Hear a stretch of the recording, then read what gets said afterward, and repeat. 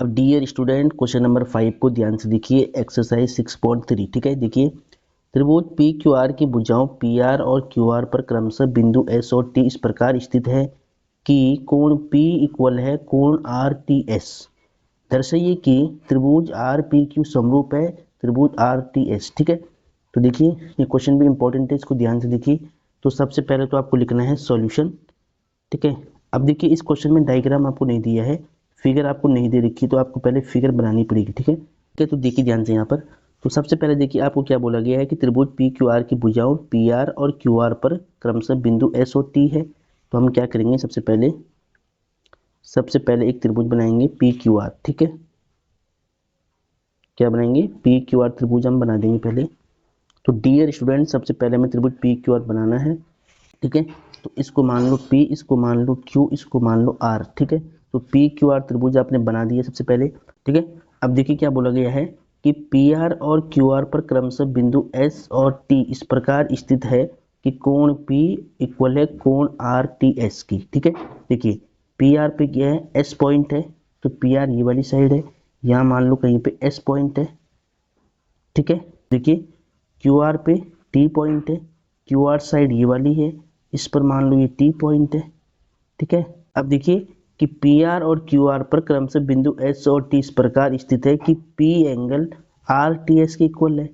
ठीक है, जो P एंगल है ये वाला वो आर टी एस, यानी इसको मिलाना पड़ेगा। ठीक है, इसको आपको पहले मिलाना पड़ेगा।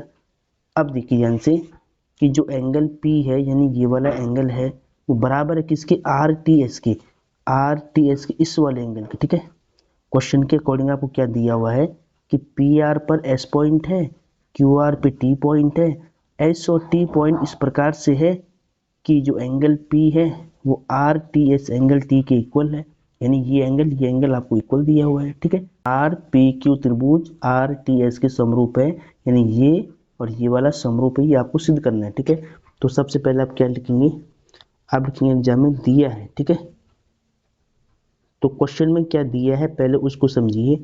थोड़ा बहुत इसको इंग्लिश में बोलेंगे तो गिवन है, इंग्लिश में क्या बोलते हैं, गिवन, इंग्लिश में आपको आनी चाहिए। ठीक है, अब देखिए इसके बाद देखिए इसने बोला क्या है, सबसे पहले आपको दिया हुआ था कि पी आर पे एस पॉइंट है, तो आपको यहाँ पे लिखना है पी आर पर बिंदु एस स्थित है, ये आपको बोला गया सवाल में, स्थित है।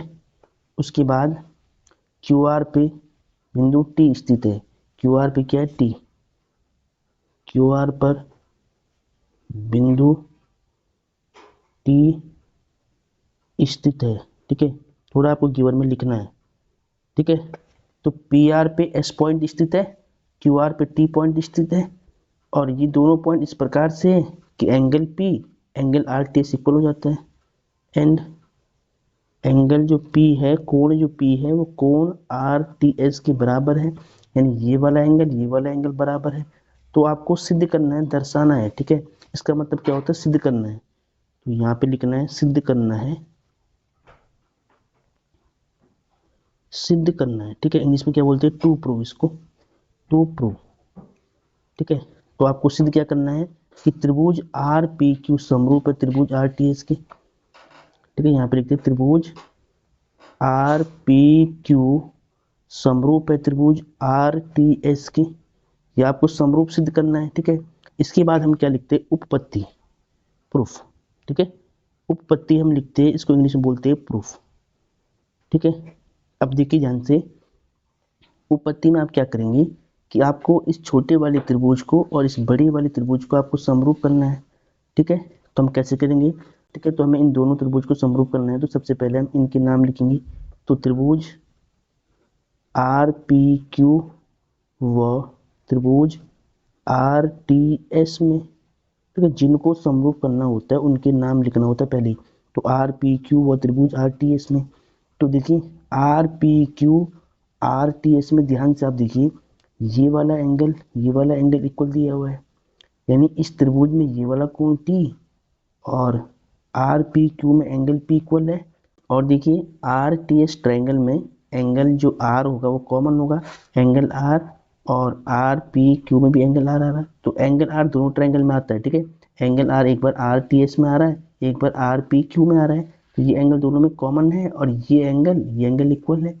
ठीक है, तो आपको लिखना है यहाँ पे पहले कि जो एंगल, देखिए आर पी क्यू का, आर पी क्यू ट्रायंगल में एंगल पी इक्वल है किसके, आर टी एस की, यानी कि छोटे वाले ट्रायंगल के इस एंगल की इक्वल है, एंगल आर टी एस की इक्वल है। ये आपको दिया हुआ है सवाल में, गिवन है पहले से। ठीक है, ठीक है। अब देखिए एंगल आर टी एस और आर पी क्यू दोनों में आ रहा है, तो एंगल आर कॉमन है, तो आपको लिखना है angle R equal to angle R. ठीक है, ये क्या उभयनिष्ठ है, दोनों ट्रायंगल में आता है तो उभयनिष्ठ होता है, कॉमन होता है। अगर कोई चीज़ कॉमन है तो बराबर होती है। ठीक है, तो ये एंगल दोनों में कॉमन था तो ये बराबर हो गया, उभयनिष्ठ है। देखिए अगर किसी त्रिभुज के दो कोण बराबर होती है तो तीसरा कोण ऑटोमेटिक बराबर होता है। ठीक है, ठीक है, तो यानी दो कोण से भी त्रिभुज समरूप हो जाता है, ये आपको याद होना चाहिए।